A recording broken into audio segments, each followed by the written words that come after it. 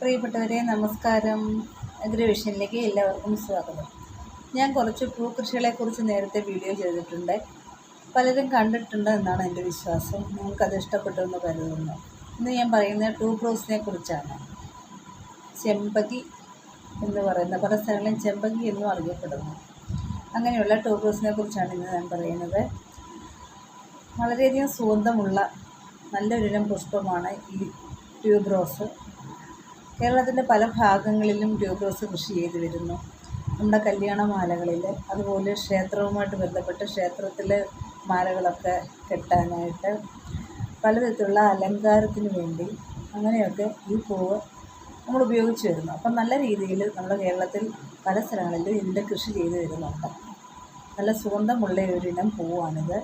ഇതിൻ്റെ പ്രത്യേകത എന്ന് പറയുമ്പോൾ ഇതിൻ്റെ എണ്ണ നമ്മൾ വാറ്റിയെടുക്കും. നമ്മുടെ മുല്ലയിൽ നിന്ന് വാറ്റിയെടുക്കുന്ന പോലെ തന്നെ, അല്ലെ പിച്ചിൽ നിന്നൊക്കെ എണ്ണ വാറ്റിയെടുക്കുന്ന പോലെ തന്നെ ഇതിൽ നിന്നും ഇതിൻ്റെ എണ്ണ വാറ്റിയെടുത്ത് വാണിജ്യപ്രദമായ പല കാര്യങ്ങളിൽ ഇത് ഉപയോഗിക്കുന്നുണ്ട്.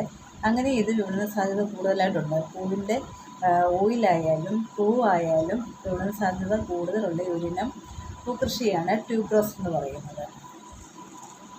പുഷ്പാലങ്കാരങ്ങൾക്കിടയിൽ ഏറ്റവും പ്രാധാന്യമുള്ള ഒരു പൂവാണ് ഈ ട്യൂബ്രോസ്. നമ്മുടെ നാട്ടിൽ കാണുന്ന ചെമ്പകപ്പൂവിൻ്റെ ഒരു സാദൃശ്യം ഇതിനുണ്ട്. അതുപോലെ നല്ല മണവുമുള്ള ഒരു പൂവാണ്. ഈ ട്യൂബ്രോസിലെ ഈ ചെമ്പകിയിലെ 4 ടൈപ്പിലുള്ള പൂക്കളുണ്ട്. ഡബിളുണ്ട്, സിംഗിളുണ്ട്, സെമി ഡബിളുണ്ട്, പിന്നെ വിവിധ വർണ്ണങ്ങളോട് കൂടിയ പൂക്കൾ. ഇതൊക്കെ ഇതിൻ്റെ ഒരു പല രീതിയിലുള്ള ഇനങ്ങളാണ്. കൂടുതൽ ഇപ്പോൾ ഹൈബ്രിഡായിട്ടുള്ള ഇനങ്ങളും ഉണ്ട്. സിംഗിളിൽ പ്രധാനമായിട്ടും വെള്ള നിറത്തിലുള്ള പുഷ്പങ്ങളാണ് ലഭിക്കുന്നത്. ഇതിൻ്റെ ഇനങ്ങളെന്ന് പറയുമ്പോഴത്തേന് Srinagar, Calcutta single, Mexican single, Suvarnarekha എന്നിവയാണ് ഇതിൻ്റെ പ്രധാനപ്പെട്ട ഇനങ്ങൾ. ഡബിൾ എന്ന് പറയുന്ന ഇനവ് ഇളം ചുവപ്പ് കലർന്ന വെള്ളപ്പൂക്കളാണ്. ഇത് സുമാസിനി, കൽക്കട്ട ഡബിള്, പേള എന്നീ 3 ഇനമാണ് ഈ വിഭാഗത്തിലുള്ളത്. സെമി ഡബിൾ എന്ന് പറയുമ്പോഴത്തേക്കിന് ഡബിളിനോട് സാദൃശ്യമുള്ള പൂക്കളാണ്. വിവിധ വർണ്ണത്തിലുള്ളതെന്ന് പറയുമ്പോൾ അതിൻ്റെ ഇലകളൊക്കെ മഞ്ഞ നിറത്തോടു കൂടി പല വിധത്തിലുള്ള പല വർണ്ണങ്ങളുള്ള പൂക്കളാണ് ഇതിൽ നിന്ന് ലഭിക്കുന്നത്. ഇങ്ങനെ 4 ഇനമാണ്, 4 ഇനത്തിലുള്ള പൂക്കളാണ് നമുക്ക് ട്യൂബ്രോസിൽ ഉള്ളത്. നല്ല പശിമയുള്ള നീർവാഴ്ചയുള്ള മണ്ണാണ് ഈ പൂക്കൃഷിക്ക് അനുയോജ്യം. വേരുള്ള തണ്ടുകൾ, അതിൻ്റെ കിഴങ്ങയൊക്കെ നടാനായിട്ട് നമുക്ക് ഉപയോഗിക്കാം. തൈകൾ തമ്മിൽ 30 സെൻറ്റിമീറ്റർ അകലത്തിൽ വേണം നട്ടു കൊടുക്കാൻ. നടുന്ന സമയത്ത് ഫോസ്ഫറസ്, പൊട്ടാസ്യം, നൈട്രജൻ ഈ വളങ്ങളൊക്കെ മണ്ണിൽ ചേർത്ത് ഇളക്കിയതിന് ശേഷം വേണം നട്ടു കൊടുക്കാൻ. 5-10 ദിവസം വരെ നന്നായിട്ട് ജലസേചനം നടത്തണം. പിന്നെ വളപ്രയോഗം എന്ന് പറയുമ്പോൾ ഇത് പൂക്കുന്ന സമയത്ത് വളം ഇട്ടാൽ മതി. ജൂൺ, ഒക്ടോബർ മാസങ്ങളിലാണ് ഇതിന് കൂടുതലായിട്ട് പുഷ്പിക്കുന്ന ഒരു സമയമാണ്. പൂക്കൾ വിളവെടുത്തതിന് ശേഷം ഈ കിഴങ്ങുകൾ അവിടെ തന്നെ, അതായത് ചെടികൾ അവിടെ തന്നെ നിർത്തി വീണ്ടും വളപ്രയോഗം നടത്തി ജലസേചനമൊക്കെ നടത്തി കഴിയുമ്പോഴത്തേക്കിന് ഒരു 3-4 തവണ അതിൽ നിന്ന് നമുക്ക് പൂക്കൾ വീണ്ടും ഉണ്ടായിക്കൊണ്ടേയിരിക്കും.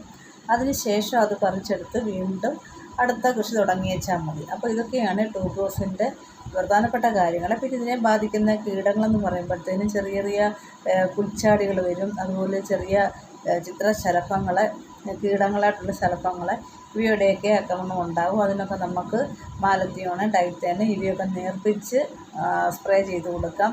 കുമിൾനാശിനി ഇടയ്ക്ക് ഒഴിച്ച് കൊടുക്കണം. അത് ഭാവസ്ഥേന് 2% വീര്യത്തിൽ കലക്കി കൊടുത്തു കഴിഞ്ഞാൽ അങ്ങനെയുള്ള കുഴപ്പങ്ങളൊന്നും ഉണ്ടാകാതിരിക്കും. നല്ല രീതിയിൽ നമ്മുടെ കേരളത്തിലെ പല ഭാഗങ്ങളിലും ഈ ട്യൂബ്രോസ് കൃഷി ചെയ്ത് വരുന്നുണ്ട്. നല്ലൊരു വരുമാനമാർഗ്ഗമായിട്ട് ഉപയോഗിക്കാം. സുഗന്ധമുള്ളതിനാലും പൂമാലകളൊക്കെ കെട്ടാനായിട്ടും അലങ്കാരത്തിനും ഒക്കെ ഉപയോഗിക്കുന്ന ഒരിനം ചെടിയാണിത്. അപ്പം ഇതിനെക്കുറിച്ച്, ട്യൂബ്രോസിനെക്കുറിച്ച് കുറച്ച് കാര്യങ്ങളൊക്കെ നിങ്ങൾക്ക് മനസ്സിലാക്കാമെന്ന് വിചാരിക്കുന്നു. ഇതിനെക്കുറിച്ച് അറിയാവുന്ന ആൾക്കാരുണ്ടെങ്കിൽ ഇതിനൊന്ന് കമൻ്റ് ഇടണം. വീഡിയോ ഇഷ്ടമായെങ്കിൽ നിങ്ങളുടെ ലൈക്കും അതുപോലെ തന്നെ എൻ്റെ ചാനൽ സബ്സ്ക്രൈബ് ചെയ്യുകയും ചെയ്യണം. ഓക്കെ.